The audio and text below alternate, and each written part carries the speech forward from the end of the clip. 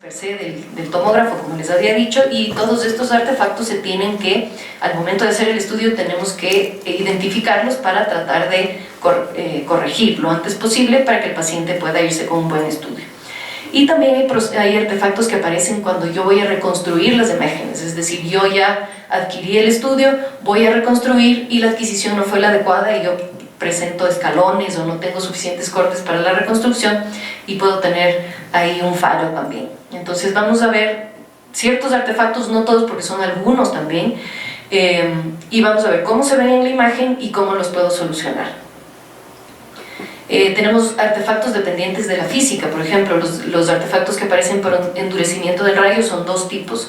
El uno es el cupping, no encontré la traducción, pero es básicamente esta formación como de una copita en la imagen. Eso quiere decir que al momento de adquirir la imagen, los rayos X o el haz de rayos X se topa con una zona que tiene mayor densidad, entonces automáticamente se endurece el rayo y oscurece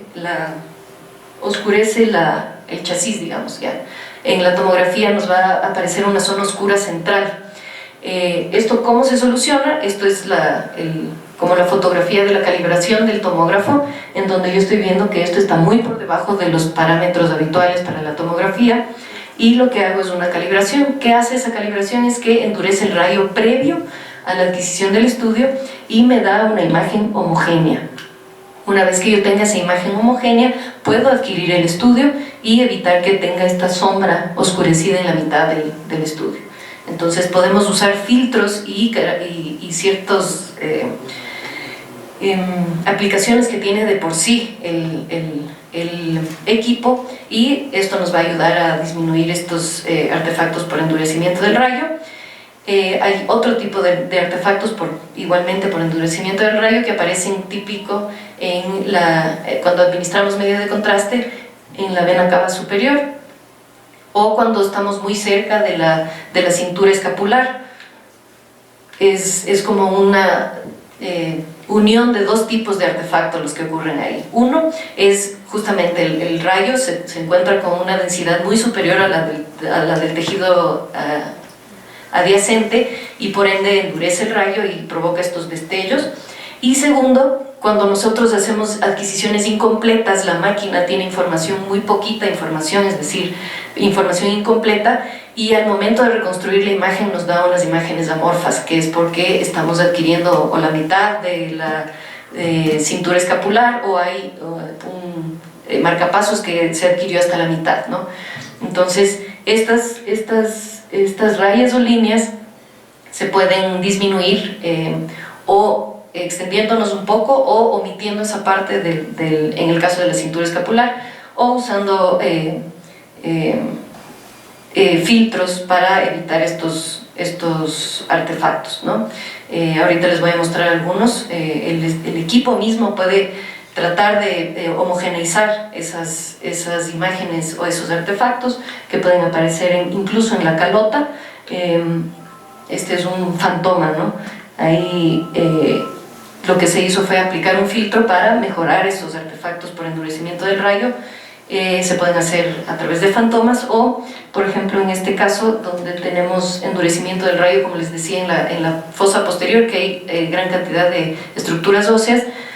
No es muy visible, pero aquí tenemos una zona de oscurecimiento que se está proyectando sobre la fosa posterior, y una vez aplicados los filtros disminuye esa zona, tal vez mejorando la calidad de imagen y permitiendo a nosotros ver un poco más de esa zona para evitar que se nos pase alguna patología. Ok. ¿Cómo podemos corregir? Como les decía, con un filtro correcto, calibrando el equipo o disminuyendo o ampliando el field of view, el FOV, el sitio donde yo voy a examinar, ¿ya? Los artefactos por volumen parcial, que es el que les decía que es una combinación. Estos artefactos son en cierta forma una combinación de muchos artefactos. Los artefactos por volumen parcial son aquellos que se producen cuando yo no estoy incluyendo en mi rastreo a toda una imagen, digamos. Entonces aquí les pongo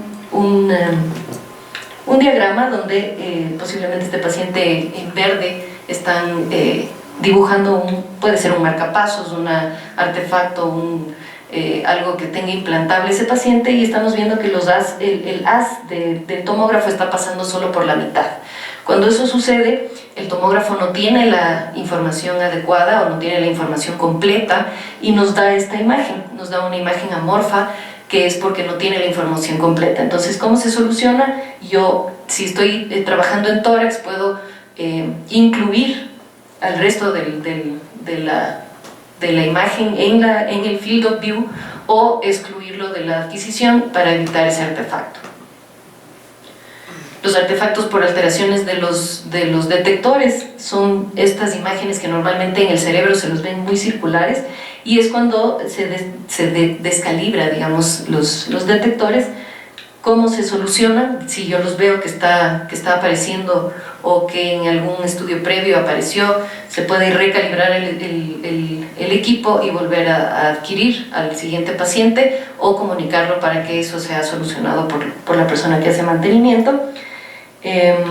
Pero normalmente la diferencia de estos artefactos es que son artefactos circulares que se proyectan sobre el sitio que nosotros estamos tratando de estudiar. Entonces, si aparecen, yo tengo que saber que eso se trata de un detector y que tiene que hacerse mantenimiento del equipo.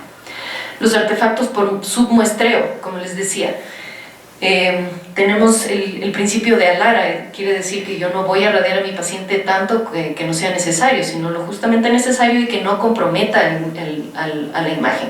Pero cuando yo trato de disminuir lo máximo que puedo la radiación, puedo tener estos artefactos o estas líneas que aparecen especialmente en la calota de los niños cuando estamos tratando de disminuir la radiación a lo máximo posible, que son básicamente porque no tenemos la cantidad de cortes, no tenemos el grosor adecuado, y la máquina lo que hace es colocar estas líneas hipodensas en las zonas donde no tiene información, y lo que obviamente nos va a dar un artefacto de aliasing.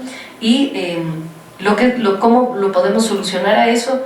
Podemos aumentar un poco el grosor de corte, aumentar un poco el muestreo, el field of view, siempre y cuando esté dentro de los parámetros para pediatría, por ejemplo, y tratar de evitar este artefacto. O sea, no podemos disminuir tanto la radiación que comprometa la calidad de la imagen, porque vamos a tener que repetir el estudio.